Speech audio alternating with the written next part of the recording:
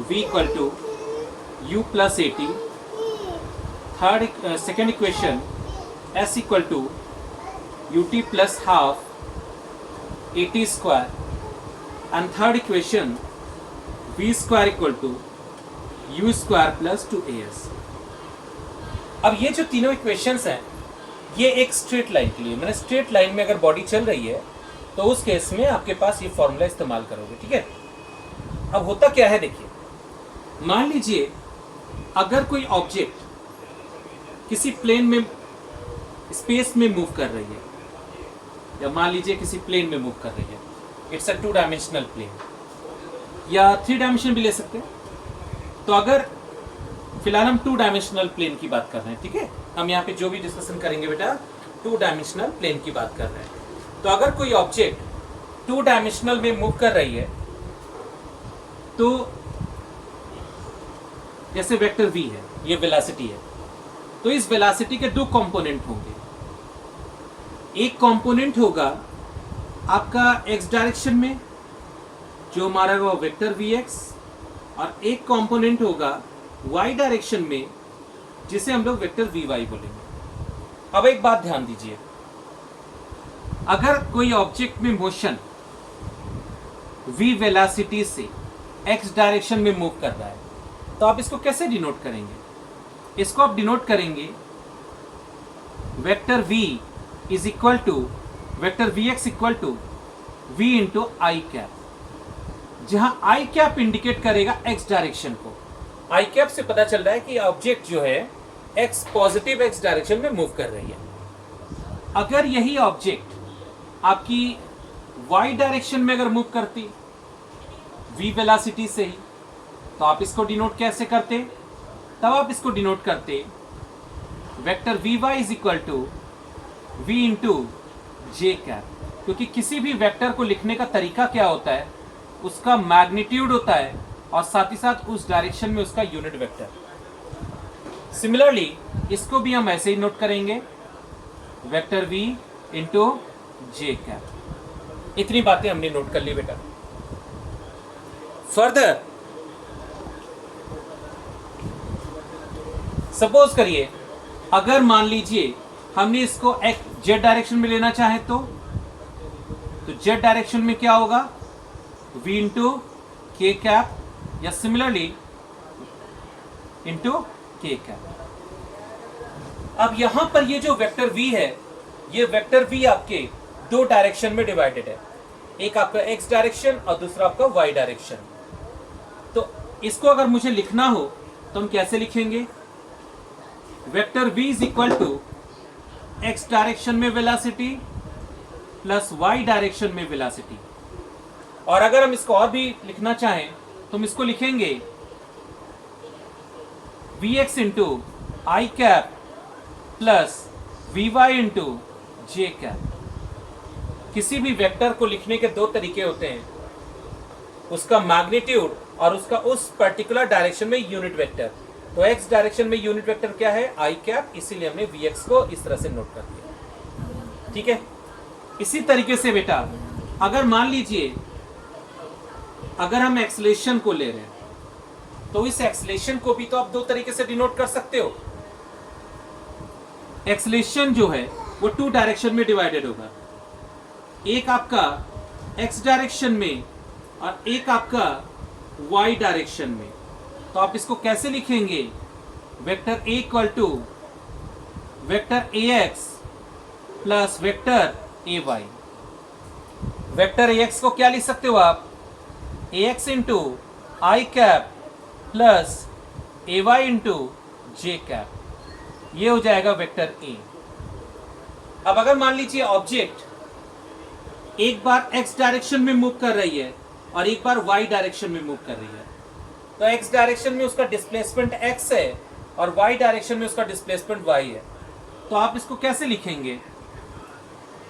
Vector r, यानी ये position vector अगर है बेटा, तो इस पोजीशन वेक्टर को डिनोट करने के लिए हमने 2 डायरेक्शंस का इन्वॉल्वमेंट लिया, एक x डायरेक्शन और दूसरा y डायरेक्शन। तो वेक्टर r को आप क्या लिखेंगे? वेक्टर r को लिखेंगे vector x plus vector y। और इसको और आगे लिखना हो तो आप ऐसे लिखेंगे एक्स आई कैप और वाई जे कैप, जहां एक्स आई कैप क्या है, एक्स डायरेक्शन में डिस्प्लेसमेंट, और वाई जे कैप क्या है, जे डायरेक्शन यानी वाई एक्सिस में डिस्प्लेसमेंट। यह है एक्स डायरेक्शन में और यह है वाई डायरेक्शन में, और ये वेक्टर आर वो पोजीशन वेक्टर को डिनोट कर रहा है। अगर ये बातें समझ में आ गई हैं बेटा, तो अब हम लोग 3 इक्वेशंस ऑफ मोशन को लिखने की कोशिश करते हैं। देखिए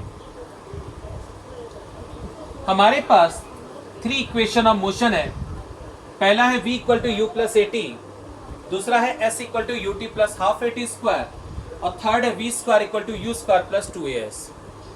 तो पहला लिखते हैं v equal to u plus a t. बेटा इसके 2 कंपोनेंट्स होंगे, एक x डायरेक्शन और दूसरा y डायरेक्शन।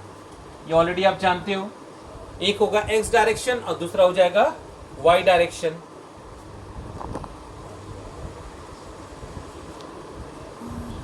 x डायरेक्शन में जब लिखना चाहेंगे तो एक काम करते हैं हम लोग वेलोसिटी को चेंज कर दे रहे हैं।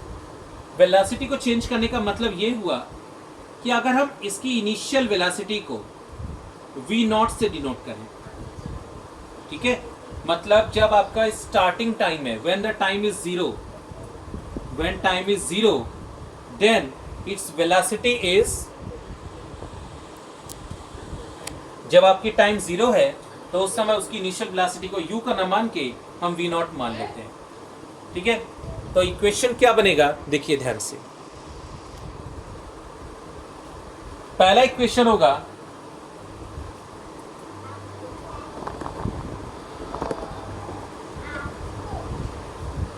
x डायरेक्शन में, ये फाइनल वेलोसिटी है, तो vx equal to v naught x plus ax into t. ये हो गया x डायरेक्शन में बेटा।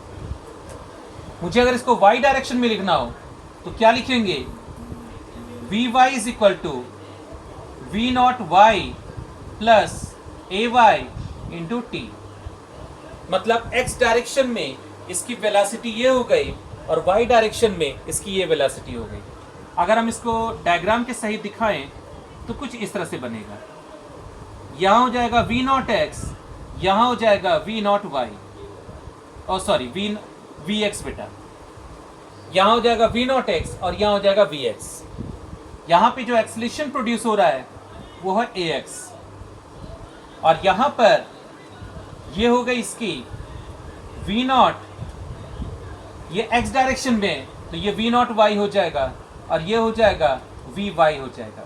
इस डायरेक्शन में जो एक्सीलरेशन है वो ay हो जाएगा। आई होप इतनी बातें समझ में आ गई होंगी। ये हमारा पहला इक्वेशन हुआ। सिमिलरली हम सेकेंड इक्वेशन को प्रूव करने जा रहे हैं। s बेटा अगर x डायरेक्शन में डिस्प्लेसमेंट हो रहा है तो हम उसे x से डिनोट करेंगे, और अगर y से हो रहा है तो उसे y से डिनोट करेंगे। तो x equal to v naught x into t plus half ax into t square. ये आपकी पहली वैल्यू आ गई।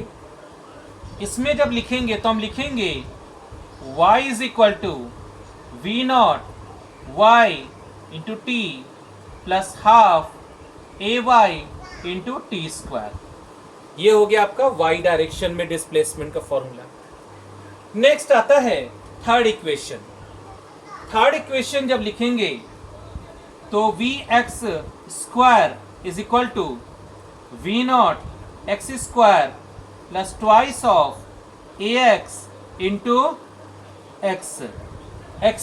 एक्सिस के अलॉन्ग जो डायरेक्शन पोजीशन हो रहा है, डिस्प्लेसमेंट हो रहा है, वो x हो गया।